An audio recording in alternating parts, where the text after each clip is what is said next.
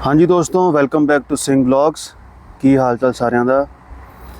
दोस्तों आजकल चल रहा है, जैसा आपको पता है, महाकुंभ। ये कहा जा रहा है कि 5 साल बाद आया है, और भी कुछ कह रहे थे कि पता नहीं 100 साल बाद आया है। ये ऐसा महाकुंभ है। अलग अलग प्रकार के महाकुंभ होते हैं, जैसा कोई 2 साल बाद आता है, कोई 3 साल बाद, कोई 5 साल बाद।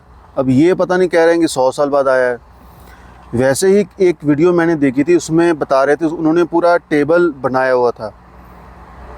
टेबल में उन्होंने लिखा था कि ये हर बार कह देते हैं कि इस बार जो कुंभ आया है या महाकुंभ आया है, ये भी 100 साल बाद आया है, 200 साल बाद। तो इसके बारे में अगर कोई देख रहा है जिसको इस बारे में ज़्यादा नॉलेज है, सनातनी भाई, तो वो बता सकता है।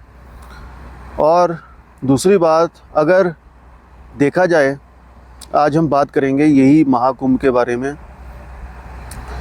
कि एक बार आपको याद होगा, बाबा जी ने वैसे 2-3 बार कहा है, शिव के ऊपर भी कहा है बाबा जी ने, महादेव शिव के ऊपर। तो पहले तो हम ये डिस्कस करेंगे कि जैसे आजकल आपने वीडियोस देखी होंगी, महाकुंभ में बहुत ज़्यादा वहाँ भीड़, बहुत ज़्यादा रश हो चुका है, बहुत लोग पहुँच रहे हैं। फिर वहाँ जो संगम होता है 3 नदियों का, वहाँ स्नान किया जाता है, डुबकी लगाई जाती है। लेकिन साथ ही सबसे ज़्यादा जो हम देख रहे हैं आजकल, वो ये है कि वहाँ पे अलग अलग तरह के लोगों ने पोशाकें डालकर, हुलिया अपना वो बनाकर, हड्डियाँ डालकर और मालाएं डालकर, मुंह पे, पूरे जिस्म पे राख मलकर, तो वो तमाशा सा एक तरह का करने लगे हैं। आग लगा रहे हैं, कभी आग यहाँ से निकाल रहे हैं, कभी मुंह से निकाल रहे हैं, गाने बजाने बहुत हो रहा है। ये सब मतलब एक तरह का तमाशा। इसे तमाशा ही कहा जाता है इसे। तो हम यहाँ पे ये कहना चाह रहे हैं कि ये सब एक तमाशा हो रहा है। कोई वहाँ पे मतलब फेस्टिवल, पैसे कमाने के पीछे वो कितना कुछ कर रहे हैं। कई जगह वहाँ पे जैसे मेला, ये इसको मेला बना कर रख दिया, पैसे कमाए जा रहे हैं। कोई कुछ वहाँ पे बिज़नेस खोल रहा है, कोई जो बोट, जो नाव है, वो वहाँ तक जाने के लिए 500 ओवर प्राइस, हर चीज़ में वो ओवर प्राइस कर रहे हैं। लेकिन सरकार है, उसको अपनी टैक्स की पड़ी है। तो ये क्या हो रहा है? मेन चीज़ क्या थी? शिव का उपदेश, शिव जी का उपदेश।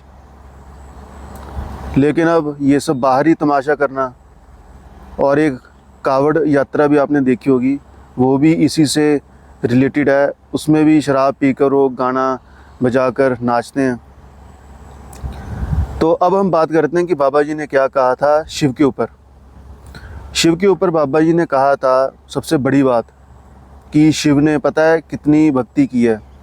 एक टांग पर खड़े होकर, एक पैर पर खड़े होकर उन्होंने पता नहीं कितने साल भक्ति की है। फिर बाबा जी ने कहा कि क्वेश्चन आंसर में आपने सुना होगा कि ज़रूरत उन्हें थी भक्ति करने की या हमें है।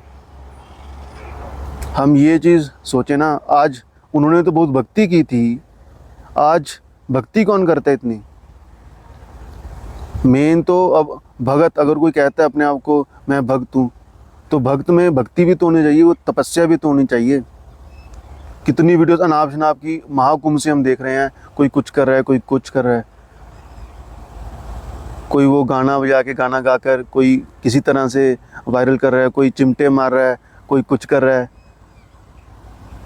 किसी को अपना गुस्सा ही काबू में नहीं है, कोई कुछ, मतलब पता ही आपको सब कुछ, तमाशे, झांकियाँ, उल्टी सीधी झांकियाँ निकाल रहे हैं।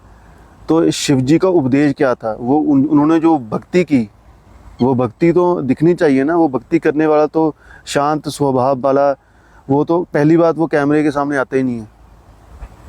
वो आपको मिलेंगे भाई जंगलों में, वो भी कोई होंगे वो आज की डेट में जो भक्ति करने वाले हैं। तो यही तो इंसान याद नहीं रखता। बाबा जी यही तो कहते हैं कि इंसान जो भक्ति है ना, ऊपर से भक्त सभी हैं, तमाशा करने वाले, किसी को कुछ चाहिए, किसी को कुछ चाहिए, पोशाक, इसके ऊपर गुरु घर की वाणी भी है, जोग न मैला भेस, कर बैठे हैं जुगत पाइए, सतगुरु का उपदेश।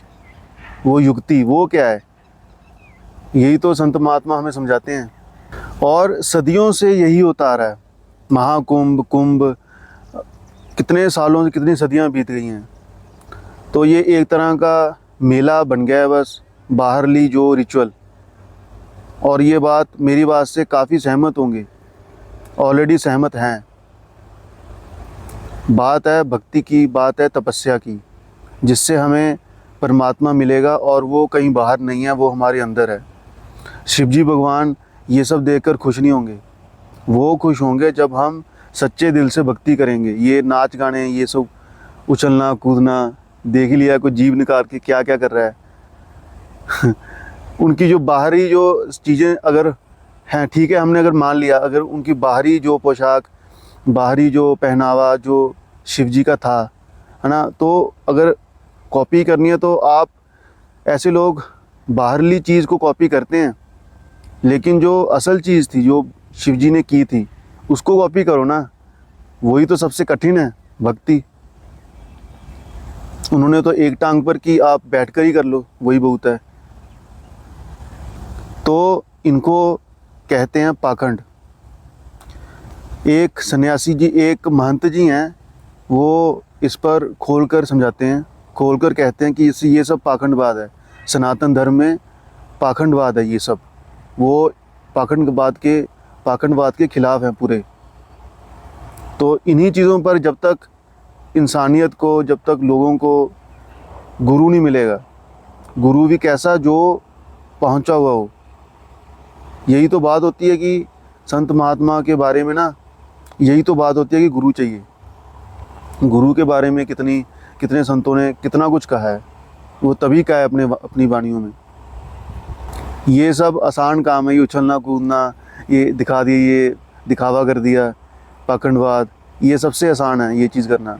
बाबा जी कहते हैं ना कि इंसान पहाड़ पर चढ़ जाएगा, लेकिन अगर उसको कहो कि बैठकर चुपचाप भक्ति करनी है, वो उससे नहीं होगा।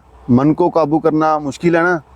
सारी दुनिया जीत सकता है भी बंदा, लेकिन मन को जीतना सूरमों का काम है, ये कोई नहीं जीत पाया।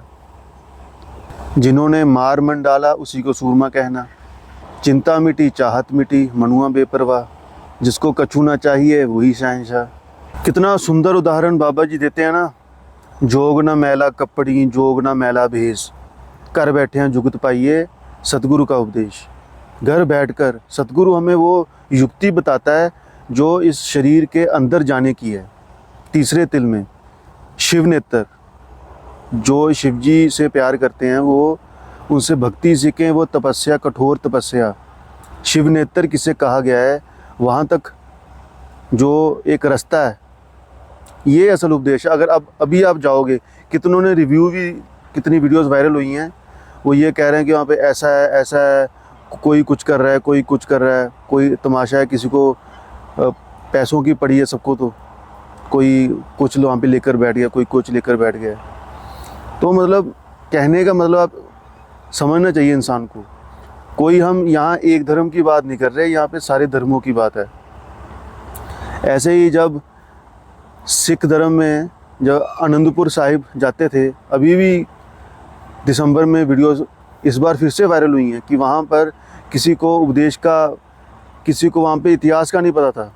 जब उनसे पूछा गया, जब उन्होंने तो पूछा गया ना कि इत्थे की होया सीगा आनंदपुर साहब, एक गुरुद्वारे विच की इतिहास सीगा, उन्होंने वो नहीं सी पता। बड़े बच्चे की तो गल अलग आ, बच्चे की 20-25 साल के जिहड़े बच्चे हुंदे ने, जो बुजुर्ग सी उन्होंने नहीं सी पता इतिहास बारे, तां ये किधर नूं जा रहे आपां। तो दोस्तों, यहाँ कोई एक धर्म की बात नहीं हो रही, इंसानियत धर्म है। लेकिन अगर आप बाहर के धर्म हैं, हिंदू, मुसलमान, सिख, ईसाई, वहाँ पर जो पाखंडवाद है उसमें हमें नहीं पढ़ना चाहिए, रंग तमाशे में हमें नहीं पढ़ना चाहिए। हमें उपदेश याद रखना चाहिए। दिखावा, बाहरी दिखावा, गाने बजाकर ये तमाशे, उछलना कूदना, ये बिल्कुल ही गलत है। ये तो फिर मेला हो गया, और मेले की तो कमी है ही नहीं। इस दुनिया में जो मेला है, आपको हर जगह मिल जाएगा इंटरटेनमेंट। कहीं भी आप जा सकते हो मेले के लिए, लेकिन जो ये धार्मिक जो चीज़ है ना, भगवान राम अगर बात की जाए तो दिवाली के दिन देख लो, यही कुछ होता है। शराबें पी के लोग, बकरे खा के, गाने बजाते हैं, सारी रात ऐश। जो राम जी का उपदेश था वो पता नहीं क्या उन्होंने हमें सिखाया। ये चीज़ें सिंबॉलिक थी। बाबा जी कहते हैं ना, अब रावण है, टीकाकार पंडित था, उसके 10 सिर जो आज भी उसका पुतला जलाकर फूंकते हैं, उसके पीछे कोई वो ये चीज़ें सिंबॉलिक थी। उन 10 सिरों जितना उसके पास ज्ञान था, लेकिन हम फेस्टिवल उसको किसी और तरह से देखते हैं। इंटरटेनमेंट हो गया हमारा इतने सालों से। तो ये इंसान इन बातों पर गौर नहीं करता। तो बाबा जी जैसे कहते हैं कि ऐसी चीज़ों से दूरी बना कर रखें, क्योंकि जो मन है ना, ये तो पहले से ही इतना कुछ हो रखा है। ग्रंथों पोथियों को पढ़ें और समझें, फिर अमल में लेके आएँ। और गुरु के बिना आज तक कुछ भी पॉसिबल नहीं हो सका।